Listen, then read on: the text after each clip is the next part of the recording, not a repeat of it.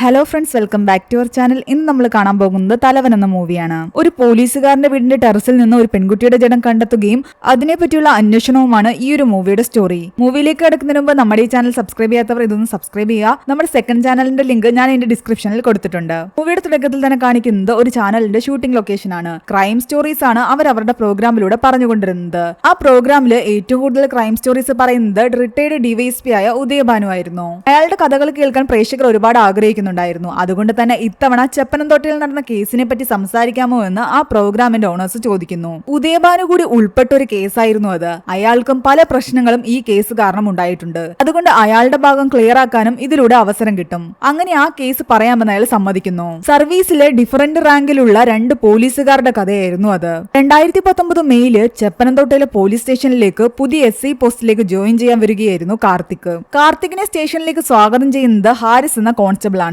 അവിടുത്തെ CI ആയിരുന്നു നമ്മുടെ മൂവിയിലെ മറ്റൊരു നായകൻ ജയശങ്കർ. ജയശങ്കർ എത്തിക്കഴിയുമ്പോൾ രഘു എന്ന് പറയുന്ന പോലീസുകാരൻ വന്ന് കാർത്തികിനോട് പറയുന്നുണ്ട്, സാർ എത്രയും പെട്ടെന്ന് CI സാറിന്റെ അടുത്തേക്ക് ചെല്ലാൻ. സാറിനെ അങ്ങോട്ട് വിളിപ്പിക്കുന്നതിന് മുമ്പ് നേരത്തെ തന്നെ അങ്ങോട്ട് ചെല്ലുന്നതാണ് നല്ലതെന്ന് അയാൾ പറയുന്നു. ആളൊരു ദേഷ്യക്കാരനാണ്. കാർത്തിക് ജയശങ്കറെ കണ്ട് തന്റെ അപ്പോയിന്റ്മെന്റ് ലെറ്റർ കൊടുക്കുന്നുണ്ട്.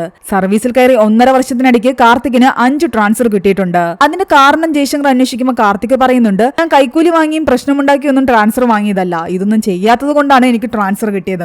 ശരിക്കും അവന്റെ പ്രശ്നം അവന്റെ നാവായിരുന്നു. ആരെങ്കിലും എന്തെങ്കിലും പറയുമ്പോൾ അവൻ തിരിച്ചോരോ മറുപടികൾ പറയും. തന്നെ ഡിസിപ്ലിൻ പഠിപ്പിക്കുന്ന കാര്യം ഞാൻ ഏറ്റവും ജയശങ്കർ പറയുന്നു. പുറത്തേക്കിറങ്ങി കാർത്തികിനോട് വേണു എന്ന പോലീസുകാരൻ പറയുന്നുണ്ട്, കണ്ടറിഞ്ഞങ്ങ് നിന്നാ മതി, ആള് വലിയ കുഴപ്പക്കാരനൊന്നുമല്ല, ലേശം മുൻകോപം ഉണ്ടെന്ന്. ഇത് കേട്ടതും കാർത്തിക് പറയുന്നുണ്ട്, അങ്ങനാണെങ്കിൽ ഞങ്ങൾ 2 പേരും ഒരേ അച്ചിലിട്ട ആൾക്കാരാണെന്ന്, തനിക്കും അതേ മുൻകോപം തന്നെയാ ഉള്ളതെന്ന്. ആ സ്റ്റേഷനിൽ ജയശങ്കറോട് സ്നേഹമുള്ള ആൾക്കാരുടെ കൂട്ടത്തിൽ ഒരാളായിരുന്നു വേണു. എന്നാൽ ജയശങ്കറോട് അതിയായ ദേഷ്യമുള്ള കൂട്ടത്തിൽ ഒരാളാണ് രഘു. ജയശങ്കറെ ബാധിക്കുന്ന 2 സംഭവങ്ങൾ കുറച്ച് നാളുകൾക്ക് മുമ്പ് നടന്നിട്ടുണ്ട്. അതാണ് ഇനി പറയാൻ പോകുന്നത്. ഭർത്താവിന്റെ ഉപദ്രവം സഹിക്കവയ്യാതെ പോലീസ് സ്റ്റേഷനിൽ കംപ്ലൈന്റ് ചെയ്യാൻ വന്ന ഒരു സീരിയൽ നടി. എന്നാൽ രഘു എന്ന പോലീസുകാരനാകട്ടെ അത് മുതലെടുത്ത് ഇവരെ സ്ഥിരം കാണാൻ വരികയും ഇവരുമായിട്ട് മറ്റൊരു രീതിയിൽ ബന്ധം പുലർത്താൻ ആഗ്രഹിക്കുകയും ചെയ്യുന്നു. അങ്ങനെ ഒരു ദിവസം രഘു അവരുടെ വീട്ടിലേക്ക് കയറി ചെല്ലുന്നതിന്റെ അന്ന് കൈയോടെ രഘുവിനെ പിടികൂടാൻ വേണ്ടിയിട്ട് ജയശങ്കറിനെയും കൂട്ടരെയും ആ നടി നേരത്തെ തന്നെ വീട്ടിൽ വിളിച്ചു വരുത്തിയിരുന്നു. രഘു അവരോട് മോശമായിട്ട് പെരുമാറിക്കൊണ്ടിരിക്കുന്ന സമയത്ത് ജയശങ്കറും കൂട്ടരും അയാളെ പിടിക്കുകയും ചെയ്യുന്നു. രഘുവിനെതിരെ അയാൾ ആക്ഷൻ എടുക്കുന്നു. അതോടെ രഘുവിന് സസ്പെൻഷനും കിട്ടി. അങ്ങനെ 6 മാസത്തെ സസ്പെൻഷന് ശേഷം രഘു തിരിച്ച് സർവീസിൽ കയറി. ആ ഇടയ്ക്കാണ് ജയശങ്കറിന്റെ ജീവിതത്തിൽ 2ാമത്തെ ഇൻസിഡന്റ് നടക്കുന്നത്. പോസ്റ്റ് ഓഫീസ് ജീവനക്കാരിയായ ജയശങ്കറിന്റെ വൈഫ് സുനിതയെ ഓഫീസിൽ കയറി ആരോ വെട്ടി പരിക്കേൽപ്പിക്കുന്നു. ഒരുപാട് പരിക്കുകളേറ്റ സുനിത ഏകദേശം 1.5 വർഷത്തോളം ചികിത്സയിലായിരുന്നു. ഇപ്പോഴും കാര്യമായിട്ട് നല്ല രീതിയിൽ നടന്നു തുടങ്ങിയിട്ടില്ല. സുനിതയെ വെട്ടിയ പ്രതിയുടെ പേര് ജോഷി എന്നായിരുന്നു. അയാളെ പിടിക്കുകയും കോടതി ശിക്ഷിക്കുകയും ചെയ്തു. എന്നാൽ ആള് മാറിയാണ് താനത് ചെയ്തതെന്നാണ് ജോഷി പറയുന്നത്. കഥ വീണ്ടും മെയിൻ കേസിലേക്ക് വരികയാണ്. കാർത്തിക് ആ സ്റ്റേഷനിൽ ജോലി ചെയ്യാൻ തുടങ്ങിയിട്ട് 3 മാസങ്ങൾ കഴിഞ്ഞിരിക്കുന്നു. ഒരു ദിവസം കാർത്തികിന്റെ ഒരു സ്കൂൾ ഫ്രണ്ടായ മനുദാസിനെ പോലീസുകാർ ഒരു കേസിൽ അകത്താക്കുന്നു. മനുദാസ് കാർത്തികിനോട് അവിടെ നടന്ന കാര്യങ്ങളെ പറ്റി സംസാരിക്കുന്നു. മനുദാസിന് കേബിൾ TV വർക്കായിരുന്നു. തന്റെ ജോലി മുന്നോട്ട് കൊണ്ടുപോയിക്കൊണ്ടിരിക്കെ ഹൈറേഞ്ചിൽ നിന്ന് വിനായകൻ എന്ന് പറയുന്ന ഒരാൾ ഇവിടേക്ക് വരികയും ഇവിടെ മറ്റൊരു കേബിൾ TV വർക്ക് ആരംഭിക്കുകയും ചെയ്യുന്നു. വിനായകൻ സ്വന്തം ബിസിനസ് പച്ചപിടിപ്പിക്കാൻ വേണ്ടിയിട്ട് മനുദാസിന്റെ വർക്കിൽ മനഃപൂർവ്വം ഓരോ പ്രശ്നങ്ങൾ ഉണ്ടാക്കുന്നു. അയാളുടെ കേബിൾ കണക്ഷനൊക്കെ ഇവർ മുറിച്ചിടുകയും ചെയ്യുന്നുണ്ട്. ഇതെല്ലാം വിനായകനാണ് ചെയ്യുന്നതെന്ന് മനസ്സിലാക്കി മനുദാസ് ഇത് ചോദ്യം ചെയ്യാൻ വിനായകന്റെ അടുത്ത് ചെല്ലുന്നു. അവർക്കിടയിൽ തർക്കം നടക്കുകയും തന്നെ അടിക്കാൻ വേണ്ടിയിട്ട് വിനായകൻ ഒരു കല്ലുമായിട്ട് വരുന്ന കണ്ടിട്ട് താൻ മാറിക്കളയുകയും ചെയ്തു. അതിന്റെ ഇടയ്ക്ക് കാല് തെറ്റി അവിടെ ഉണ്ടായിരുന്ന ഒരു കുപ്പിച്ചില്ലിലേക്ക് അവൻ വീഴുകയും അവന് കുത്തേൽക്കുകയും ചെയ്തു. ഇതാണ് അവിടെ നടന്നത്. അല്ലാതെ താൻ മനഃപൂർവ്വം ഒന്നും തന്നെ ചെയ്തിട്ടില്ല എന്നും അതിന്റെ പേരിലാണ് തന്നെ പോലീസുകാർ പിടിച്ചുകൊണ്ട് വന്നിരിക്കുന്നതെന്നും മനുദാസ് പറയുന്നു. അവൻ പറയുന്നതൊക്കെ സത്യമാണെന്ന് കാർത്തികിന് തോന്നാൻ തുടങ്ങി. മനുദാസിന്റെ വിവാഹം കുറച്ച് ദിവസങ്ങൾക്കകം നടക്കാനിരിക്കുകയാണ്. ലവ് മാരേജ് ആയിരുന്നു. അവളുടെ വീട്ടിലെ പാതി സമ്മതമേ ഇതിനുള്ളൂ. അതുകൊണ്ട് ഇങ്ങനെ ഒരു പ്രശ്നം വന്നു കഴിഞ്ഞാൽ തന്റെ കല്യാണം മുടങ്ങുമെന്ന് മനുദാസിന് പേടിയായി. അവന്റെ വിഷമങ്ങൾ കേട്ടപ്പോൾ കാർത്തിക് അവനോട് പൊയ്ക്കൊള്ളാൻ പറയുകയാണ്. വേണു അവനെ തടഞ്ഞെങ്കിലും കാർത്തിക് അതൊന്നും കേൾക്കാൻ നിന്നില്ല. കുറച്ചു കഴിയുമ്പോൾ CI ജയചന്ദ്രൻ അവിടേക്ക് വരുന്നു. ആ സമയത്ത് രഘുവിനോട് വർഗീസ് എന്ന് പറയുന്ന അവിടുന്ന് റിട്ടയർഡ് ആയ ഒരു ASI സംസാരിച്ചുകൊണ്ടിരിക്കുന്നത് കാണിക്കുന്നുണ്ട്. ഓഫീസിലേക്ക് കയറിയ ശേഷം ജയശങ്കർ വേണുവിനെ വിളിച്ചിട്ട് പറയുന്നുണ്ട്, മനുദാസിനെ ഇങ്ങോട്ട് വിളിപ്പിക്കാൻ. DYSP പ്രത്യേകം പറഞ്ഞൊരു കേസാണ് അതെന്നും പറയുന്നു. എന്നാൽ ഫ്രണ്ട് ആയ കാരണം കാർത്തിക് സാർ അയാളെ വിട്ടയച്ചു എന്ന് വേണു പറയുന്നു. ഇത് കേട്ട് ദേഷ്യം വന്ന ജയശങ്കർ കാർത്തികുമായിട്ട് വഴക്കിടുന്നു. താൻ അവന്റെ കാര്യങ്ങളെല്ലാം കേട്ടിട്ട് അവൻ പറയുന്നതിൽ സത്യമുണ്ടെന്ന് തോന്നിയിട്ടാണ് താൻ വിട്ടയച്ചതെന്ന് കാർത്തിക് പറഞ്ഞെങ്കിലും ഇതൊന്നും കേൾക്കാൻ ജയശങ്കർ നിന്നില്ല. അവനെ വിട്ടയക്കുന്ന കാര്യം ചോദിക്കാൻ വേണ്ടിയിട്ട് ജയശങ്കറെ പലതവണ ഫോൺ ചെയ്തെങ്കിലും അയാൾ ഫോൺ എടുത്തിട്ടുണ്ടായിരുന്നില്ല. അതുകൊണ്ടാണ് അവനെ വിട്ടയച്ചതെന്നാണ് കാർത്തിക് പറയുന്നത്. അത്രയും ആൾക്കാരുടെ മുൻപിൽ വെച്ചിട്ട് ജയശങ്കർ തന്നോട് ചൂടാവുന്നത് കാർത്തികിന് ഇഷ്ടപ്പെട്ടില്ല. പറ്റില്ല. കാരണം രണ്ടുപേരും വാക്ക് തർക്കത്തിലാകുന്നു. ദേഷ്യം വന്ന ജയശങ്കർ അപ്പൊ തന്നെ മനുദാസിന്റെ വീട്ടിലേക്ക് പോകാൻ ഇറങ്ങുകയാണ്. അതേസമയം ജയശങ്കറിന്റെ വൈഫിനെ വെട്ടിയ ജോഷി എന്ന ആളുടെ വൈഫായ രമ്യയെ കാണിക്കുന്നുണ്ട്. തന്റെ മകളെ അടുത്തുള്ള വീട്ടിലാക്കിയ ശേഷം രമ്യ ജയശങ്കറിനെ കാണാൻ വേണ്ടിയിട്ട് പോലീസ് സ്റ്റേഷനിലേക്ക് വന്നിരിക്കുകയായിരുന്നു. ആ കേസിൽ എന്തെങ്കിലും ഒരു വിട്ടുവീഴ്ച ജയശങ്കർ ചെയ്തു കഴിഞ്ഞാൽ ജോഷിക്ക് ജയിലിൽ നിന്നും പുറത്തിറങ്ങാമെന്ന് അവള് പറയുന്നുണ്ട്. രമ്യ നിരന്തരമായിട്ട് ജയശങ്കറിനെ ഇങ്ങനെ കാണാൻ വരുമായിരുന്നു. എന്നാൽ താൻ എത്ര തവണ എന്നെ കണ്ടിട്ടും കാര്യമില്ല, അവനെതിരെയുള്ള കേസ് താൻ പിൻവലിക്കില്ല എന്ന് ജയശങ്കർ പറയുന്നു. വേറെ നിവൃത്തിയില്ലാതെ രമ്യ പറയുന്നുണ്ട്, സാറിന് വേണമെങ്കിൽ ഞാൻ കുറച്ച് കാശ് തരാം, അങ്ങനെയെങ്കിൽ ഈ കേസ് ഒന്ന് പിൻവലിക്കാൻ. എന്നാൽ മേല ഇനി ഇതും പറഞ്ഞിട്ട് ഇവിടേക്ക് വരരുതെന്ന് പറഞ്ഞിട്ടാണ് അവളെ അവിടെ നിന്ന് അയാൾ പറഞ്ഞു വിടുന്നത്. ഇവരുടെ ഈ സംസാരം എല്ലാം തന്നെ രഘുവും അവിടെ ഉണ്ടായിരുന്ന റിട്ടയർഡ് ASI വർഗീസും ശ്രദ്ധിക്കുന്നുണ്ടായിരുന്നു. രഘു വർഗീസിനോട് പറയുന്നുണ്ട് ഈ രമ്യ അയാളും തമ്മിൽ വേറെ എന്തൊക്കെയോ ഇടപാടുണ്ടെന്ന്. അങ്ങനെ ജയശങ്കർ ആകട്ടെ മനുദാസിന്റെ വീട്ടിൽ പോയി അവനെ അവിടെ നിന്ന് പിടിച്ചു വലിച്ചുകൊണ്ട് പോകുന്നു. അവന്റെ കല്യാണമാണെന്നും അവനൊന്നും ചെയ്തിട്ടില്ല എന്നും അവന്റെ വീട്ടുകാരും അവനും ചേർന്ന് പറഞ്ഞെങ്കിലും അതൊന്നും തന്നെ കേൾക്കാൻ ജയശങ്കർ കൂട്ടാക്കിയില്ല. തങ്ങളുടെ ജോലി തങ്ങൾക്ക് ചെയ്തേ പറ്റുമെന്നാണ് അയാൾ പറയുന്നത്. ഈ ഒരു കാര്യത്തിൽ ജയശങ്കറിനോട് മനുദാസിന് അതിയായ പക തോന്നാൻ തുടങ്ങിയിരുന്നു. ഒരു കേസിന്റെ പേരിൽ മനുദാസിന്റെ കല്യാണം മുടങ്ങുകയും അയാൾ ജയിലിലാവുകയും ചെയ്യുന്നു. അങ്ങനെ 3-4 മാസങ്ങൾ കടന്നുപോയി. അതിന്റെ ഇടയിലെല്ലാം തന്നെ ജയശങ്കറിനും കാർത്തികിന്റെ ഇടയിൽ പല പ്രശ്നങ്ങളും ഉണ്ടായിരുന്നു. പിന്നീട് അടുത്ത ഇൻസിഡന്റ് നടക്കുന്നത് ചേപ്പനംതോട്ട ക്ഷേത്രത്തില് ഉത്സവത്തിന് കൊടിയിറങ്ങുന്നതിന്റെ അന്നാണ്.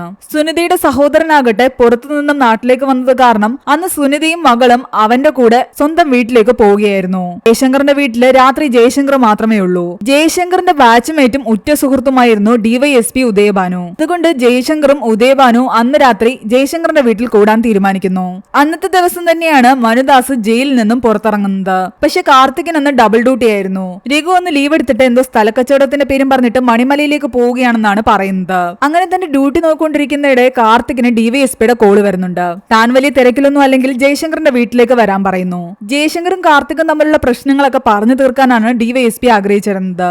എന്നാൽ ജയശങ്കർ അതിൽ വലിയ താല്പര്യമൊന്നും തന്നെ കാണിച്ചില്ല. കാർത്തിക് അവിടെ എത്തിക്കഴിയുമ്പോൾ ഉദയഭാനു അവരുടെ പ്രശ്നങ്ങൾ പറഞ്ഞു തീർക്കാൻ ശ്രമിച്ചെങ്കിലും ജയശങ്കർ പറയുന്നുണ്ട് എത്ര ശ്രമിച്ചാലും ഇവനൊന്നും നന്നാവാൻ പോകുന്നില്ല എന്ന്. കാർത്തികിനോട് അയാളൊരു ഡ്രിങ്ക്സ് കഴിക്കാൻ പറയുന്നെങ്കിലും താൻ ഡ്യൂട്ടിയിലാണെന്നും വേണ്ടെന്നുമാണ് കാർത്തിക് പറയുന്നത്. അവനെ കുറെ നിർബന്ധിച്ചെങ്കിലും അവൻ കഴിക്കാൻ കൂട്ടാക്കിയില്ല. ഇത് കേട്ട് ജയശങ്കർ പറയുന്നുണ്ട് വെറുതെ എന്തിനാ അവനെ നിർബന്ധിക്കുന്നത്, അവൻ പൊയ്ക്കോട്ടെ എന്ന്. ദേഷ്യം വന്ന് കാർത്തികും അവിടെ നിന്ന് ഇറങ്ങി പോകുന്നു. അങ്ങനെ അന്ന് രാത്രി ഉത്സവം എല്ലാം തന്നെ കഴിഞ്ഞു. അന്നവിടെ പണിക്ക് സജീവൻ എന്ന് പറയുന്ന ഒരു പ്ലംബർ വന്നിട്ടുണ്ടായിരുന്നു. അല്ലെന്ന് ഉത്സവമായ കാരണം പണി മുഴുവൻ അയാൾ പൂർത്തിയാക്കിയിട്ടുണ്ടായിരുന്നില്ല. ബാക്കി പണി ഇന്ന് രാവിലെ എടുക്കാമെന്ന് വിചാരിച്ചിട്ടാണ് അയാൾ വന്നത്. താൻ കുറച്ചു കഴിയുമ്പോൾ പോകുമെന്നും അതുകൊണ്ട് പെട്ടെന്ന് തന്നെ പണി തീർക്കാനും സജീവനോട് ജയശങ്കർ പറയുന്നു. സജീവ കിച്ചണിൽ പ്ലംബിംഗ് വർക്കിന് വേണ്ടി കയറുന്ന സമയത്ത് മുകളിൽ എന്തോ ഒരു സൗണ്ട് കേൾക്കുന്നുണ്ട്. അയാൾ ഓടിച്ചെന്ന് നോക്കുമ്പോൾ ജയശങ്കർ അവിടെ പേടിച്ചു നിൽക്കുന്നതാണ് കാണുന്നത്. അവിടെ ചാക്കിൽ കെട്ടിയ നിലയിൽ ഒരു മൃതദേഹം ഉണ്ടായിരുന്നു. അത് ജോഷിയുടെ വൈഫ് രമ്യയുടേതായിരുന്നു. പേടിച്ചു പോയ സജീവൻ ആൾക്കാരെല്ലാം വിളിച്ചു കൂട്ടുന്നു. ജയശങ്കറിന്റെ വീടിന്റെ ഓപ്പോസിറ്റ് താമസിക്കുന്ന പ്രശാന്ത് നാളും മറ്റു കുറച്ച് ആൾക്കാരും അവിടേക്ക് കയറി വരുന്നുണ്ട്. സംഭവം പോലീസ് സ്റ്റേഷനിൽ അറിയിക്കുകയും DYSP ഉൾപ്പെടെയുള്ള എല്ലാവരും തന്നെ സംഭവ സ്ഥലത്തേക്ക് വരികയും ചെയ്യുന്നു. ഉദയഭാനു ആകട്ടെ കാർത്തികിനെ വിളിച്ച് മാറ്റി നിർത്തി പറയുന്നുണ്ട് തലേന്ന് രാത്രി ഞാൻ ഉൾപ്പെടെ ഇവിടെ ഇരുന്ന് മദ്യപിച്ച കാര്യം ആരോടും പറയേണ്ടെന്ന്. അക്കാര്യം പുറത്തറിഞ്ഞു കഴിഞ്ഞാൽ ഈ കേസിൽ താനും ഇൻവോൾവ് ആകും. പിന്നീട് ഈ കേസിന്റെ എല്ലാ നിയന്ത്രണവും തന്റെ കയ്യിൽ നിന്ന് പോകും. അതുകൊണ്ട് അക്കാര്യം മറച്ചു വെക്കാൻ ഉദയഭാനു കാർത്തികിനോട് പറയുന്നു. അപ്പോഴേക്കും സ്വന്തം വീട്ടിൽ നിന്ന് സുനിതയും അവിടേക്ക് എത്തിയിരുന്നു. ഉത്സവഘോഷയാത്ര നടന്ന ആ വഴിയെല്ലാം തന്നെ അവർ പരിശോധിക്കുന്നു. അതുവഴി ഒരുപാട് ട്രക്കുകളും ക്രെയിനും ഒക്കെ പോയിട്ടുണ്ടായിരുന്നു. അങ്ങനെ SP ഉൾപ്പെടെ മുതിർന്ന പോലീസ് ഉദ്യോഗസ്ഥരെല്ലാം വന്നിട്ട് തൊട്ടടുത്തുള്ള സന്തോഷിന്റെ വീട്ടിൽ വെച്ചിട്ട് ചോദ്യം ചെയ്യൽ നടത്തുകയാണ്. ഈ മരിച്ച രമ്യയെ നേരത്തെ അറിയാമോ എന്ന് ജയശങ്കറിനോട് SP ചോദിക്കുന്നുണ്ട്. തന്റെ വൈഫിനെ വെട്ടിയ കേസിലെ പ്രതിയായ ജോഷിയുടെ വൈഫാണ് രമ്യ. പലതവണ ജോഷിയെ പുറത്തിറക്കുന്ന കാര്യത്തിന് രമ്യ തന്നെ വന്ന് കണ്ടിട്ടുണ്ട്. അവസാനമായി കണ്ടത് ഇന്നലെയാണെന്നും അയാൾ പറയുന്നു. അത് കേട്ടതും എല്ലാവരും ഞെട്ടി. കാരണം തലേന്ന് ഉത്സവത്തിന്റെ സമയത്ത് സുനിതയും സഹോദരനും സുനിതയുടെ വീട്ടിലേക്ക് പോകാൻ വേണ്ടി റെഡിയായി പോയിരുന്നു. ആ സമയത്ത് എല്ലാരും പോയി കഴിഞ്ഞിട്ടാണ് അവിടേക്ക് ജയശങ്കറിനെ കാണാൻ വേണ്ടിയിട്ട് ഈ രമ്യ വരുന്നത്. ജോഷിയുടെ കൂടെ വീട്ടുകാരെ വിട്ടിട്ട് വന്നവളായിരുന്നു രമ്യ. അവർക്കൊരു കുട്ടിയുമുണ്ട്. ജോഷിയില്ലാതെ തനിക്ക് ജീവിതം മുന്നോട്ട് കൊണ്ടുപോകാൻ പറ്റില്ല എന്ന് അവൾ പറയുന്നു. താൻ ക്യാഷ് പലയിടത്തുനിന്നും സംഘടിപ്പിച്ചുകൊണ്ട് വന്നിട്ടുണ്ടെന്നും അത് വാങ്ങിച്ചിട്ട് ജോഷി എങ്ങനെയെങ്കിലും വെറുതെ വിടണമെന്നുമാണ് രമ്യ പറയുന്നത്. എന്തൊക്കെ പറഞ്ഞാലും കേസ് പിൻവലിക്കില്ല എന്ന് തന്നെ പറഞ്ഞു നിൽക്കുകയായിരുന്നു ജയശങ്കർ. ആ സമയത്ത് എടുക്കാൻ മറന്ന ബാഗ് എടുക്കാൻ വേണ്ടിയിട്ട് സുനിതയുടെ സഹോദരൻ അവിടേക്ക് വരുന്നു. രമ്യ അവിടെ കരഞ്ഞുകൊണ്ട് നിൽക്കുന്നത് അയാളും കണ്ടിട്ടുണ്ടായിരുന്നു. ജയശങ്കർ കാശ് വാങ്ങിക്കുന്നില്ല എന്ന് കണ്ടു കഴിയുമ്പോൾ രമ്യ പറയുന്നുണ്ട് ആർക്കും അറിയാത്തൊരു കാര്യം ജയിലിൽ വെച്ച് ജോഷി തന്നോട് പറഞ്ഞുവെന്നും അത് ഞാൻ സാറിനോട് പറയാമെന്നും. തനിക്കൊന്നും കേൾക്കണ്ട എന്ന് പറഞ്ഞിട്ടാണ് ജയശങ്കർ അവിടെ നിന്നും രമ്യയെ പറഞ്ഞു വിടുന്നത്. അവരൊറ്റയ്ക്കായിരുന്നു വന്നത്. അവിടെ നിന്നും തിരിച്ചു പോവുകയും ചെയ്തു. ഏകദേശം 4:30 മണിക്കാണ് ഇതെല്ലാം നടന്നത്. എന്നാൽ ജയശങ്കറിന്റെ വീട്ടിലെ ഓപ്പോസിറ്റ് വീട്ടിലുള്ള സന്തോഷ് കൊടുക്കുന്ന മൊഴി ഇങ്ങനെയായിരുന്നു. അയാളും രമ്യയെ തലേന്ന് കണ്ടു. എന്നാൽ ഒരു 6 മണി കഴിഞ്ഞപ്പോൾ രമ്യ അവിടെ ഓട്ടോയിൽ വന്നിറങ്ങുന്നതാണ് കണ്ടത്. കൂടെ അവരുടെ കുട്ടിയും ഉണ്ടായിരുന്നു. അത് തനിക്കറിയില്ല എന്ന് ജയശങ്കർ പറയുന്നു. അപ്പോഴേക്കും ജയശങ്കർ ആകട്ടെ വീട്ടിൽ നിന്നും ഇറങ്ങിപ്പോയിരുന്നു. തന്റെ ഒരു ഫ്രണ്ടിനെ കണ്ടൊരു മിലിറ്ററി കോട്ട് എടുക്കാൻ വേണ്ടിയിട്ടാണ് അയാൾ അവിടെ നിന്നും പോയത്. ആ സമയത്തായിരിക്കാം ആയിരിക്കാം രമ്യ വീണ്ടും വന്നിട്ടുണ്ടാവുക. രമ്യയെ കുറിച്ചുള്ള കാര്യങ്ങൾ സുനിതയ്ക്ക് അറിയാവോന്ന് ചോദിക്കുമ്പോൾ സുനിത പറയുന്നുണ്ട് തനിക്ക് അറിയാമെന്ന്. മാത്രമല്ല ഈ നടന്ന സംഭവങ്ങളെ പറ്റി തന്നോട് ഇന്നലെ പറയുകയും ചെയ്തു. ഫോണിലൂടെയാണോ എന്ന് ചോദിക്കുമ്പോൾ അല്ല, നേരിട്ട് വന്നിരുന്നു എന്നാണ് സുനിത പറയുന്നത്. സുനിത എങ്ങോട്ട് പോയതിന്റെ അന്ന് തന്നെ വീണ്ടും ജയശങ്കർ എന്തിനാണ് അങ്ങോട്ട് പോയതെന്ന് ഒരു ഡൗട്ട് ഡിവൈഎസ്പി ഉൾപ്പെടെ എല്ലാവർക്കും തോന്നുന്നു. എന്നാൽ വന്ന സമയത്ത് അയാൾ നല്ല ടെൻഷനിലായിരുന്നു. കാര്യമെല്ലാം അന്വേഷിച്ചു കഴിഞ്ഞപ്പോൾ ഈ രമ്യ വന്ന് കണ്ട കാര്യങ്ങളെല്ലാം തന്നെ തന്നോടും പറഞ്ഞിരുന്നു എന്നാണ് സുനിത പറയുന്നത്. അമ്പലത്തിലേക്കുള്ള പ്രധാന വഴി അതല്ലാത്തത് കൊണ്ട് തന്നെ അവിടെ എങ്ങും തന്നെ CCTV ക്യാമറയും പോലീസുകാർക്ക് കിട്ടിയില്ല. ജയശങ്കറിനെതിരെയുള്ളതോ അല്ലെങ്കിൽ അയാളെ നിരപരാധിയാണെന്ന് തെളിയിക്കുന്നതോ ആയിട്ടുള്ള കൂടുതൽ തെളിവുകളൊന്നും തന്നെ പോലീസുകാർക്ക് കിട്ടിയില്ല. അത് കാരണം ഈ കേസ് എങ്ങും എത്താതെ നിൽക്കുകയാണ്. ഒരാഴ്ചയ്ക്കുള്ളിൽ ഒന്നും നടന്നില്ല എന്നുണ്ടെങ്കിൽ ജയശങ്കറിനെ അറസ്റ്റ് ചെയ്തേ പറ്റൂ. അത്രയധികം മീഡിയയിൽ പ്രശ്നങ്ങൾ നടക്കുന്നുണ്ട്. അയാൾ നിരപരാധിയാണെന്ന് തെളിയിക്കുന്ന ഒരു തെളിവും കിട്ടാത്ത സ്ഥിതിക്ക് ഒരാഴ്ച കഴിഞ്ഞപ്പോൾ ജയശങ്കറിനെ പോലീസുകാർ അറസ്റ്റ് ചെയ്തുകൊണ്ട് പോകുന്നു. കോടതിയിലും ജയശങ്കറിനെതിരെയായിരുന്നു കാര്യങ്ങളെല്ലാം നടന്നുകൊണ്ടിരുന്നത്. വൈഫിനെ വെട്ടിയ ജോഷിയോടുള്ള പകയാണ് ജോഷിയുടെ വൈഫിനെ കൊല്ലാനുള്ള ജയശങ്കറിന്റെ മോട്ടീവ് എന്നാണ് എതിർഭാഗം വക്കീല് വാദിക്കുന്നത്. മാത്രമല്ല ജയശങ്കറിനോടുള്ള വ്യക്തിവൈരാഗ്യം കാരണം പോലീസുകാരനായ രഘുവും ജയശങ്കറിനെതിരെ മൊഴി കൊടുക്കുന്നു. രമ്യയും ജയശങ്കറും തമ്മിൽ മറ്റെന്തൊക്കെയോ തരത്തിലുള്ള ബന്ധങ്ങൾ ഉണ്ടായിരുന്നു എന്ന് അയാൾ പറയുന്നു. അതുകൊണ്ട് ജയശങ്കറിന്റെ ജാമ്യം കോടതി റദ്ദാക്കുകയും അയാളെ റിമാൻഡിലാക്കുകയും ചെയ്യുന്നു. സി റാങ്കിലുള്ള ജയശങ്കറിന്റെ ഈ കേസ് ശരിക്കും അന്വേഷിക്കേണ്ടത് മേലുദ്യോഗസ്ഥനായ ഡിവൈഎസ്പി ആണ്. ഡിവൈഎസ്പി ഉദയഭാനു ജയശങ്കറിന്റെ ബാച്ച്മേറ്റ് ആയതുകൊണ്ട് തന്നെ ആ അന്വേഷണം ഉദയഭാനുവിനെ അവർ ഏൽപ്പിക്കുന്നില്ല. കാർത്തികിന്റെ ഒരു ബന്ധുവായ മന്ത്രിയുടെ ഇടപെടൽ കാരണം ഈ കേസ് അന്വേഷണം കാർത്തികിന്റെ കയ്യിലെത്തുന്നു. ഡിവൈഎസ്പിയെ മുൻനിർത്തിക്കൊണ്ട് ഈ കേസ് മുഴുവനായിട്ട് അന്വേഷിച്ച് കണ്ടെത്തേണ്ടത് കാർത്തികിന്റെ ചുമതലയാകുന്നു. അതിന്റെ പേരിൽ ഉദയഭാനുവിന് കാർത്തികിനോട് ചെറിയൊരു ദേഷ്യമുണ്ടായിരുന്നു. എന്നാൽ ഞാൻ ഒരിക്കലും ജയശങ്കർ സാറിന് എതിരെയല്ല അന്വേഷണം കൊണ്ടുപോകാൻ ആഗ്രഹിക്കുന്നത്, യഥാർത്ഥ കുറ്റവാളിയെ പിടിക്കാനാണ് ആഗ്രഹിക്കുന്നതെന്ന് കാർത്തിക് പറയുന്നു. രമ്യ മരിച്ചത് മാത്രമല്ലായിരുന്നു അവിടുത്തെ വിഷയം, രമ്യയുടെ മകളെയും കാണാനില്ലായിരുന്നു. അയൽവക്കത്തെല്ലാം പോയി കാർത്തിക് അന്വേഷിക്കുന്നു. ജയശങ്കർ അല്ലാതെ വേറെ ഏതെങ്കിലും പോലീസുകാരുമായിട്ട് രമ്യയ്ക്ക് ബന്ധമുണ്ടായിരുന്നു എന്ന് ചോദിക്കുമ്പോൾ വേറെ ഒരാളുടെ കൂടെ അവൾ ഒരിക്കൽ കാറിൽ വന്നുവെന്ന് അയൽക്കാരി പറയുന്നു. എന്നാൽ അയാളുടെ മുഖമോ അതാരാണെന്നോ ഒന്നും തന്നെ അവർക്ക് അറിയില്ലായിരുന്നു. രമ്യയോട് ചോദിച്ചിട്ടും രമ്യ അന്നൊന്നും തുറന്നു പറഞ്ഞിട്ടില്ല. ജയശങ്കറിന്റെ വൈഫ് ഒരിക്കൽ രമ്യയെ കാണാൻ വരികയും അവർ രണ്ടുപേരും റൂമിലിരുന്ന് എന്തൊക്കെയോ സംസാരിക്കുകയും ചെയ്തുവെന്നും ആ അയൽക്കാരി പറയുന്നു. അതിനെക്കുറിച്ച് ഒന്നും തന്നെ രമ്യ കൂടുതലായിട്ട് തുറന്നു പറഞ്ഞിട്ടുമില്ല. അതേസമയം ജയിലിൽ കിടന്ന ജയശങ്കർ ആകട്ടെ അന്ന് വീട്ടിൽ നടന്ന സംഭവത്തെ പറ്റി ആലോചിക്കുന്നു. ടെറസിൽ നിന്ന് അയാള് അവിടെ കണ്ട ചാക്കോട്ട് തുറന്നു നോക്കിയപ്പോൾ രമ്യയുടെ ഡെഡ് ബോഡി കണ്ടതെല്ലാം തന്നെ അയാളുടെ മനസ്സിലൂടെ കടന്നു പോകുന്നു. ഈ കേസിൽ എങ്ങനെയെങ്കിലും താൻ നേരിട്ടിറങ്ങിയേ പറ്റുമെന്ന് അയാൾക്ക് തോന്നുന്നുണ്ട്. അല്ലാതെ തനിക്ക് ഒരിക്കലും ഇതിൽ നിന്നും പുറത്തു കടക്കാൻ കഴിയില്ല. ആ സമയത്താണ് ആ ജയിൽ പുള്ളികളെല്ലാം തന്നെ ജയശങ്കറുമായിട്ട് പ്രശ്നത്തിന് വരുന്നത്. പെണ്ണ് കേസിലകത്തായ കാരണം ഒരു പോലീസുകാരനും കൂടെ ആയതുകൊണ്ട് ജയിൽ പുള്ളികൾക്ക് ജയശങ്കറിനോട് ദേഷ്യം തോന്നിയിരുന്നു. അങ്ങനെ ജയശങ്കറും ജയിൽ പുള്ളികളും തമ്മിൽ അടി നടക്കുന്നതിനിടയ്ക്ക് അതേ ജയിലിൽ തന്നെ ഉണ്ടായിരുന്ന ജോഷി പിറകിലൂടെ വന്ന് ജയശങ്കറിനെ കുത്തുന്നു. തന്റെ വൈഫിനെ കൊന്നതിന് പ്രതികാരം തീർക്കാനായിരുന്നു അവനത് ചെയ്തത്. അപ്പോഴേക്കും പോലീസുകാരെല്ലാം വന്ന് ജയശങ്കറിനെ ഹോസ്പിറ്റലിലേക്ക് മാറ്റുന്നു. ഈ സംഭവം അറിഞ്ഞിട്ട് ജോഷിയെ കാണാൻ വേണ്ടിട്ട് കാർത്തിക് വരുന്നുണ്ട്. തന്റെ വൈഫിനെ കൊന്നത് ജയശങ്കർ തന്നെയാണെന്നാണ് ജോഷി പറയുന്നത്. കാരണം ഒരു തവണ ജയശങ്കറിനെ കണ്ടിട്ട് വീട്ടിൽ നിന്നും തിരിച്ചു പോയ ശേഷം വീണ്ടും ജയശങ്കർ ഒരു ഓട്ടോക്കാരനെ വിട്ട് തന്റെ വൈഫിനെ വിളിപ്പിച്ചിരുന്നു. താൻ അവളെ ഫോൺ ചെയ്യുന്ന സമയത്ത് അവൾ ഓട്ടോയിലായിരുന്നു. ആദ്യം ക്യാഷ് വേണ്ടാന്ന് പറഞ്ഞ് തിരിച്ചയച്ചാൽ തന്നെ ഇപ്പോൾ വീണ്ടും ഓട്ടോ വിട്ട് വിളിപ്പിച്ചിരിക്കുകയാണെന്ന് അവൾ എന്നോട് ഫോണിലൂടെ പറഞ്ഞിരുന്നു. ആ ഓട്ടോ ഓടിക്കുന്ന ആളുടെ പേര് സിൻഡോ എന്നാണെന്ന് അവൾ മനസ്സിലാക്കിയിരുന്നു. കാർത്തികിന് ഇപ്പൊ ഒരു ചെറിയ തുമ്പ് കിട്ടിയിരിക്കുന്നു. ഈ സിൻഡോയെ പറ്റി കൂടുതൽ അന്വേഷിച്ചു കഴിഞ്ഞാൽ ബാക്കിയുള്ള കാര്യങ്ങൾ മനസ്സിലാകും. ജയശങ്കറിന്റെ വൈഫിനെ പണ്ട് വെട്ടിയ കാര്യം ചോദിക്കുമ്പോൾ തന്റെ വായിൽ നിന്ന് സത്യം വീഴാൻ തുടങ്ങിയതും അവൻ പെട്ടെന്നത് മാറ്റി പറയുന്നുണ്ട് തനിക്ക് ആള് മാറി ചെയ്തതാണെന്ന്. അവിടെ നിന്ന് തിരിച്ചെത്തിയ കാർത്തിക് സംഘമാകട്ടെ രമ്യ യാത്ര ചെയ്തു എന്ന് പറയുന്ന സിൻഡോ എന്ന ആളെ കണ്ടെത്താനുള്ള ശ്രമത്തിലായിരുന്നു. അതേസമയം ഹോസ്പിറ്റലിൽ അഡ്മിറ്റ് ആയ ജയശങ്കർ ആകട്ടെ ഉദയഭാനുവിന്റെ ഹെൽപ്പോട് കൂടി മജിസ്ട്രേറ്റിന്റെ കയ്യിൽ നിന്നും 2 ആഴ്ച വീട്ടിൽ പോയി റെസ്റ്റ് എടുക്കാനുള്ള പെർമിഷൻ വാങ്ങുന്നു. ജില്ല വിട്ടു പോകാനുള്ള അനുവാദം ജയശങ്കറിനില്ല. 2 ആഴ്ചയ്ക്ക് ശേഷം തിരിച്ച് ജയിലിലേക്ക് തന്നെ എത്തണം. സുനിതയുടെ വീട്ടിലെത്തി ജയശങ്കർ പറയുന്നുണ്ട് ഞാൻ തിരിച്ച് നമ്മുടെ വീട്ടിലേക്ക് തന്നെ പോവുകയാണെന്ന്. അവിടെ പോയി ഒറ്റയ്ക്ക് നിന്നെങ്കിൽ മാത്രമേ എനിക്ക് ഈ കേസ് തെളിയിക്കാൻ കഴിയൂ. ജയശങ്കർ പുറത്തിറങ്ങിയ അന്ന് തന്നെ അയാളുടെ വീടിന്റെ പരിസരത്ത് മറ്റൊരാളെ ആൾക്കാർ കണ്ടെത്തുന്നുണ്ട്. ജനങ്ങൾ അയാളെ പിടിച്ച് പോലീസിന് കൈമാറുന്നു. കാർത്തിക് അയാളെ ചോദ്യം ചെയ്യുമ്പോഴാണ് അയാൾ ഒരു ക്രൈം നോവലിസ്റ്റ് ആണെന്ന് അറിയുന്നത്. ജയശങ്കറിന്റെ വീടിന്റെ ഒരു ഫോട്ടോ എടുക്കാനാണ് അയാൾ വന്നത്. ഈ കേസ് മുഴുവൻ പഠിച്ചിട്ട് അയാൾ യഥാർത്ഥ പ്രതിയെ കണ്ടെത്തിയെന്നാണ് പറയുന്നത്. ജയശങ്കറിന്റെ വൈഫ് സുനിതയാണ് രമ്യയെ കൊന്നതെന്നാണ് അയാൾ പറയുന്നത്. ഇയാളുടെ പൊട്ടത്തരം എല്ലാം കേട്ടിട്ട് കാർത്തികിന് ചിരിയാണ് വന്നത്. തൽക്കാലത്തേക്ക് അയാളെ അവിടെ നിന്നും പറഞ്ഞുവിടുന്നു. അന്നേ ദിവസം രാത്രി തന്നെ അടച്ചിട്ട ജയശങ്കറിന്റെ വീട്ടില് ആരോ കയറി അയാളുടെ ബൈക്കിന് തീ കൊളുത്തുന്നു. എന്നിട്ട് അയാളുടെ വീടിന്റെ ഡോറിലായിട്ട് എഴുത്തുകളെല്ലാം മായ്ച്ചു കളഞ്ഞ ഒരു കല്യാണ ക്ഷണക്കത്തും വെച്ചിരുന്നു. അതിന്റെ ബാക്കിലായിട്ട് തൂങ്ങി നിൽക്കുന്ന ഒരു കുട്ടിയുടെ പടവും വരച്ചിരുന്നു. ആ ഒരു തെളിവ് അവരെ കൊണ്ടെത്തിക്കുന്നത് മനുദാസിലേക്കായിരുന്നു. ഇത് ചെയ്തത് മനുദാസ് ആകാമെന്ന് കരുതിയിട്ട് വനിതാസിനെ പിടിച്ച് വേണുവും സംഘവും ക്വസ്റ്റ്യൻ ചെയ്യുന്നു. ഡിവൈഎസ്പി പറഞ്ഞിട്ടായിരുന്നു അത്. ഇത് കണ്ടുകൊണ്ടുവന്ന കാർത്തിക് ആകട്ടെ അവരെ തടയുന്നുണ്ട്. സ്വന്തം ക്ഷണക്കത്ത് അവിടെ വെച്ചിട്ട് ഈ പണി കാണിച്ചിട്ട് പോകാൻ അവൻ വെറും പൊട്ടനല്ല എന്ന് കാർത്തിക് പറയുന്നു. തന്നെ മനഃപൂർവ്വം ഈ കേസിൽ കുടുക്കാൻ വേണ്ടിയിട്ട് തന്നോട് മത്സരബുദ്ധിയുള്ള ആ കേബിൾ TV ഓപ്പറേറ്ററായ വിനായകനായിരിക്കാം ഇത് ചെയ്തതെന്നാണ് മനുദാസ് പറയുന്നത്. അങ്ങനെ മനുദാസിനെ അവിടെ നിന്നും കാർത്തിക് പറഞ്ഞുവിടുന്നു. കാർത്തിക് നേരെ വിനായകനെ അന്വേഷിച്ചു ചെല്ലുന്നുണ്ട്. അയാളുടെ ഓഫീസ് കുറച്ചു നാളായിട്ട് പൂട്ടിയിട്ടിരിക്കുകയാണ്. യഥാർത്ഥ വീട് ഇടുക്കി പട്ടാടിയിലായിരുന്നു. പട്ടാടിയിൽ ഹാരിസിന് അറിയാവുന്ന ഒരു പോലീസുകാരനുണ്ടായിരുന്നു. ബെന്നി എന്നാണ് അയാളുടെ പേര്.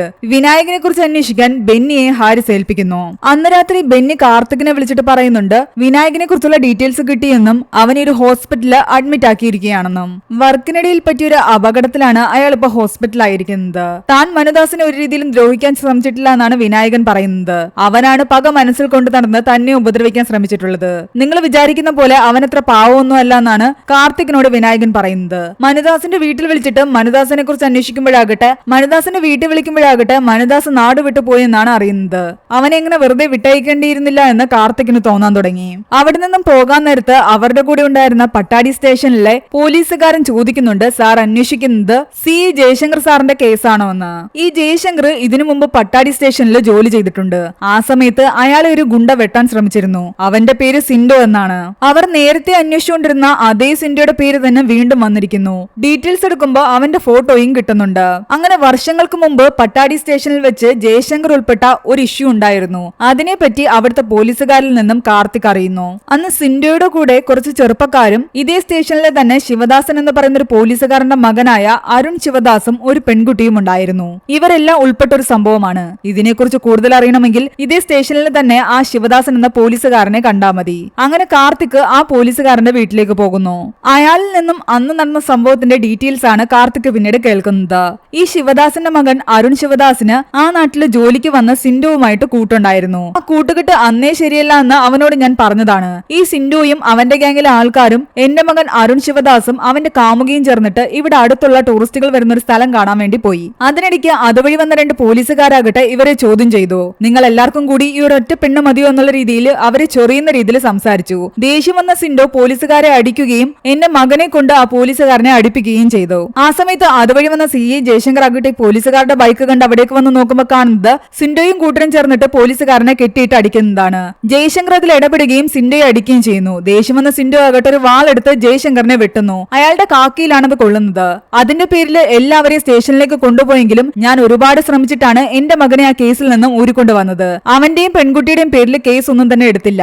അതിനുശേഷം തന്റെ മകൻ അരുൺ ശിവദാസ് അയർലൻഡിലേക്ക് പോയെന്നും അവൻ കെട്ടാൻ പോകുന്ന പെൺകുട്ടിയുടെ കൂടെ അവിടെയാണ് താമസമെന്നും ശിവദാസും പറയുന്നു. സിൻഡോയുടെ വീട് അറിയാമോ എന്ന് ചോദിക്കുമ്പോൾ അവനിവിടെ കോറിയിൽ പണിക്ക് വന്നതാണെന്നും പിന്നീട് അതിനുശേഷം അവനെ കണ്ടിട്ടില്ല എന്നുമാണ് ശിവദാസും പറയുന്നത്. അതിനിടെ കാർത്തികിന്റെ അടുത്തേക്ക് ആ ക്രൈം നോവലിസ്റ്റ് വീണ്ടും വരുന്നുണ്ട്. ഇത്തവണ അയാൾ പറയുന്നുണ്ട് യഥാർത്ഥ പ്രതി സുനിതയല്ല എന്നും എല്ലാം വെച്ച് നോക്കുകയാണെങ്കിൽ അന്ന് തലേന്ന് രാത്രി അവിടെ ഒരു പാർട്ടി നടന്നിട്ടുണ്ടെന്നും ആ പാർട്ടിയിൽ സാറും പങ്കെടുത്തിട്ടുണ്ട്. ജയശങ്കറിനോട് ദേഷ്യമുള്ള സാറ് തന്നെയാണ് ആ വീട്ടിൽ ആ മൃതദേഹം കൊണ്ടുവച്ചതെന്ന്. പ്രതി സാറ് തന്നെയാണെന്നാണ് ക്രൈം നോവലിസ്റ്റ് കാർത്തികിനോട് പറയുന്നത്. ഇതെല്ലാം കേട്ട് ദേഷ്യം വന്ന കാർത്തിക് ആകട്ടെ അയാളെ പിടിച്ച് ലോക്കപ്പിലിടുന്നുണ്ട്. ആ സമയത്ത് കാർത്തികിന് ഒരു കോള് വരുന്നുണ്ട്.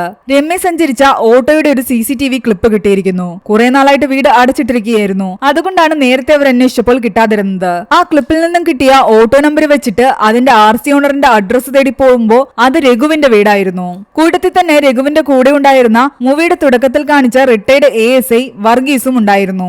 ഓട്ടോയുടെ നമ്പർ ചോദിക്കുമ്പോൾ അത് തന്റെ അച്ഛന്റെ ഓട്ടോ ആയിരുന്നു എന്നും ഓർമ്മയ്ക്കായിട്ട് ഇവിടെ തന്നെ ഇട്ടിട്ടുണ്ടെന്നുമാണ് രഘു പറയുന്നത്. ആ ഓട്ടോ ആകട്ടെ കുറെ നാളായിട്ട് ഉപയോഗശൂന്യമായി കിടക്കുന്ന രീതിയിലാണ് കാണുന്നത്. അത് ചിലപ്പോൾ മനഃപൂർവ്വം ക്രിയേറ്റ് ചെയ്തതായിരിക്കാമെന്ന് കാർത്തികിന് തോന്നുന്നു. അവിടെ അടുത്തു നിന്നും ഒരു അരിവാളും കൂട്ടത്തിൽ കുറച്ച് ബ്ലഡ് സ്റ്റെയിനും കണ്ടെടുക്കുന്നുണ്ട്.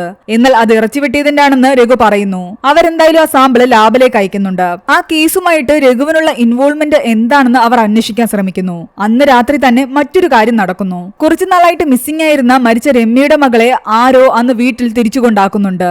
വിവരമറിഞ്ഞെത്തിയ കാർത്തിക് ആ കുട്ടിയുമായി സംസാരിക്കുന്നതിനിടയിൽ നിന്നും സിൻഡോ തന്നെയാണ് കുട്ടിയെ കൊണ്ടുപോയതെന്നും താമസിപ്പിച്ചിരുന്നതെന്നും മനസ്സിലായി. ഉത്സവത്തിന്റെ അന്നും രമ്യയും കുട്ടിയെയും ജയശങ്കറിന്റെ വീട്ടിലേക്ക് കൊണ്ടുപോയതും സിൻഡോ തന്നെയാണ്. പക്ഷെ അവിടെ നിന്നും തിരിച്ച് മറ്റൊരു വീട്ടിലേക്ക് പോയി എന്നും കുട്ടി പറയുന്നുണ്ട്. ജയശങ്കറിന്റെ വീട്ടിൽ നിന്നും മാറി കുറച്ചു ദൂരം ഉണ്ടായിരുന്നു ആ വീട്ടിലേക്ക്. എന്നാൽ അതെവിടെയാണെന്ന് ആ കുട്ടിക്ക് പറഞ്ഞു കൊടുക്കാൻ അറിയില്ലായിരുന്നു. ഇതിനിടെ പട്ടാടി സ്റ്റേഷനിൽ നിന്നും ബെന്നി കാർത്തികിനെ വിളിച്ചിട്ട് പറയുന്നുണ്ട് സിൻഡോ ഉള്ള സ്ഥലത്തെ കുറിച്ച് ഇൻഫർമേഷൻ കിട്ടിയെന്ന്. അവൻ ഒരിടത്ത് JCB ഓടിക്കുന്ന ജോലി ചെയ്തുകൊണ്ടിരിക്കുകയാണ്. അങ്ങനെ അവര് അന്ന് തന്നെ സിൻഡോയെ പൊക്കാൻ വേണ്ടിയിട്ട് വേണ്ടിയിട്ട് അവൻ താമസിക്കുന്ന സ്ഥലത്തെത്തിയിരുന്നു. എന്നാൽ അവന്റെ കൂടെ താമസിച്ചിരുന്ന ആള് പറയുന്നുണ്ട്, കുറച്ചു മുമ്പ് രണ്ടുപേര് വന്ന് അവനെ പിടിച്ചുകൊണ്ടുപോകാൻ ശ്രമിച്ചുവെന്നും അതിലൊരാളുടെ തലയടിച്ചു പൊളിച്ചിട്ട് അവൻ ഇവിടെ നിന്നും ഓടി രക്ഷപ്പെട്ടുവെന്നും. ആ കുട്ടിയെപ്പറ്റി അന്വേഷിക്കുമ്പോൾ ആ കുട്ടിയെയും അവൻ ഇവിടെ തന്നെയാണ് കൊണ്ടുവന്ന് താമസിച്ചിരുന്നതെന്ന് അവർ മനസ്സിലാക്കുന്നു. അവന്റെ പെങ്ങളുടെ കുട്ടിയാണെന്നൊക്കെയാണ് അയാളോട് പറഞ്ഞിരുന്നത്. സിൻഡോ അന്വേഷിച്ച് ഇവിടെ വന്നത് ഇയാളാണോ എന്ന് ചോദിച്ചുകൊണ്ട് കാർത്തിക് ജയശങ്കറിന്റെ ഫോട്ടോ കാണിക്കുന്നു. ആൾ ഇത് തന്നെയാണെന്ന് അയാൾ പറയുകയും ചെയ്യുന്നു. തന്റെ വീട്ടില് രമ്യയുടെ മൃതദേഹം ആരായിരിക്കും കൊണ്ടുവച്ചതെന്നുള്ള ചിന്തയിലായിരുന്നു ജയശങ്കർ. അന്ന് രാത്രി ജയശങ്കർ അവിടെ നിന്ന് നേരെ പോകുന്നത് പ്ലംബർ സജീവനെ പൊക്കാനായിരുന്നു. പ്ലംബിംഗ് പണിക്ക് വേണ്ടിയിട്ട് വീടിന്റെ താക്കോൽ അവന്റെ കയ്യിൽ കൊടുത്തിട്ടാണ് ജയശങ്കറിന്റെ വൈഫ് സുനിത അവിടെ നിന്നും പോയത്. അതുകൊണ്ട് അവനും ഈ സിൻഡോയുടെ കൂടെ ചേർന്നിട്ട് എന്തെങ്കിലും പണി ഒപ്പിച്ചതാണോ എന്നുള്ള ഡൗട്ട് തോന്നുന്നു. എന്നാൽ അവൻ ആണായിട്ട് പറയുന്നുണ്ട് താൻ ഇതിലൊന്നും പെട്ടിട്ടില്ല എന്നും ഒന്നും ചെയ്തിട്ടില്ല എന്നും. ജയശങ്കറിന്റെ പരോള് തീരാൻ ഇനി 3 ദിവസം കൂടിയേ ബാക്കിയുള്ളൂ. താൻ കണ്ടെത്തിയ റിപ്പോർട്ടുകളെല്ലാം തന്നെ കാർത്തിക് സീനിയേഴ്സിന്റെ മുൻപിൽ എക്സ്പ്ലെയിൻ ചെയ്യുന്നു. രഘുവിന് ഈ കേസുമായിട്ട് യാതൊരു ബന്ധവുമില്ല. അയാളുടെ വീട്ടിൽ നിന്ന് കണ്ടെത്തിയ ബ്ലഡ് സാമ്പിള് മനുഷ്യന്റേതല്ല. മാത്രമല്ല അയാളുടെ വീട്ടിൽ കിടക്കുന്ന ഓട്ടോ അവിടെ വർഷങ്ങളായിട്ട് കിടക്കുന്നതാണ്. അതിന്റെ നമ്പർ ഈ കുറ്റവാളികൾ യൂസ് ചെയ്തു എന്ന് മാത്രമേ ഉള്ളൂ. മനുദാസിനെയും ഈ കേസുമായിട്ട് ബന്ധിപ്പിക്കുന്ന ഒരു കാര്യവും ഇതുവരെ കണ്ടെത്താൻ കഴിഞ്ഞിട്ടില്ല. ക്രെയിൻ ഓപ്പറേറ്ററായ സിൻഡോ ആകട്ടെ ജയശങ്കറിന്റെ വീടിന്റെ മുകളിൽ ക്രെയിൻ ഉപയോഗിച്ചായിരിക്കാം ആ ഡെഡ് ബോഡി നിക്ഷേപിച്ചത്. ഇതുവരെ ഇല്ലാത്ത ഈ ക്രെയിന്റെ കാര്യം പറഞ്ഞുകൊണ്ട് കാർത്തിക് വന്നപ്പോ സീനിയേഴ്സ് അതിനെ ചോദ്യം ചെയ്യുന്നു. താനും ജയശങ്കറിന്റെ കൂടെ കൂടിയൊന്ന് ചോദിക്കുന്നു. മാത്രമല്ല പലയിടത്തും ഒരു സംസാരമുണ്ട്, താൻ ഈ സിൻഡോയെ പൊക്കി തന്റെ വീട്ടിൽ വെച്ചിട്ട് ടോർച്ചർ ചെയ്യുന്നുണ്ടെന്ന്. എന്നാൽ അങ്ങനെ ഒരു കാര്യം ഇല്ല എന്നാണ് കാർത്തിക് പറയുന്നത്. കാർത്തിക് അന്വേഷിച്ചിട്ടും ജയശങ്കർ അന്വേഷിച്ചിട്ടും സിൻഡോയെ കിട്ടിയിട്ടുണ്ടായിരുന്നില്ല.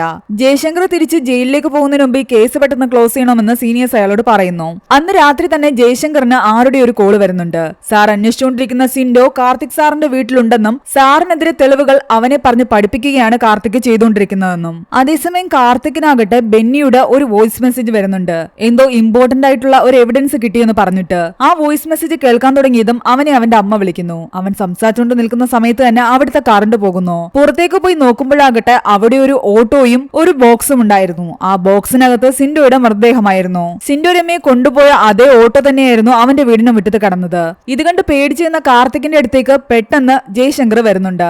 അവർ രണ്ടുപേരും പരസ്പരം തെറ്റിദ്ധരിക്കുന്നു. സിൻഡോയുടെ ഡെഡ് ബോഡി അവിടെ കൊണ്ടുവച്ചത് ജയശങ്കർ ആണെന്ന് കാർത്തിക്കാണ് അവനെ കൊന്നതെന്ന് ജയശങ്കറും. അവരുടെ വഴക്കിനിടയിലാണ് അവർക്ക് മനസ്സിലാകുന്നത് തങ്ങൾ രണ്ടുപേരുമല്ല ഇത് ചെയ്തതെന്ന്. നമ്മളെ രണ്ടുപേരെയും കുടുക്കാൻ വേണ്ടിയിട്ട് ആരോ ശ്രമിക്കുന്നുണ്ടെന്ന് ജയശങ്കർ പറയുന്നു. ജയശങ്കറിന് വന്ന പോലെ അതേ അനോണിമസ് കോള് പോലീസ് കൺട്രോൾ റൂമിലേക്കും ഡിവൈഎസ്പി ഉദയഭാനുവിനും പോകുന്നുണ്ട്. അങ്ങനെ പോലീസ് സംഘം കാർത്തികിന്റെ വീട്ടിലേക്ക് വന്നുകൊണ്ടിരിക്കുകയാണ്. നമ്മൾ രണ്ടുപേരോടും ദേഷ്യമുള്ള ആരോ ആണ് നമ്മളെ കൊടുക്കാൻ ശ്രമിക്കുന്നതെന്ന് ജയശങ്കർ കാർത്തികിനോട് പറയുന്നു. അവരങ്ങനെ സംസാരിച്ചുകൊണ്ട് നിൽക്കുന്ന സമയത്ത് തന്നെ ഉദയഭാനു ജയശങ്കറിനെ വിളിക്കുന്നുണ്ട്. നീ വീട്ടിലുണ്ടോ, ഞാൻ വീടിന്റെ അതുവഴി വരികയാണെന്നും നമുക്ക് കാണാമെന്നും പറഞ്ഞിട്ട്. എന്നാൽ ജയശങ്കറിന് മനസ്സിലായിരുന്നു ഉദയഭാനു ഒരിക്കലും തന്റെ വീട്ടിലേക്കല്ല വരുന്നതെന്ന്.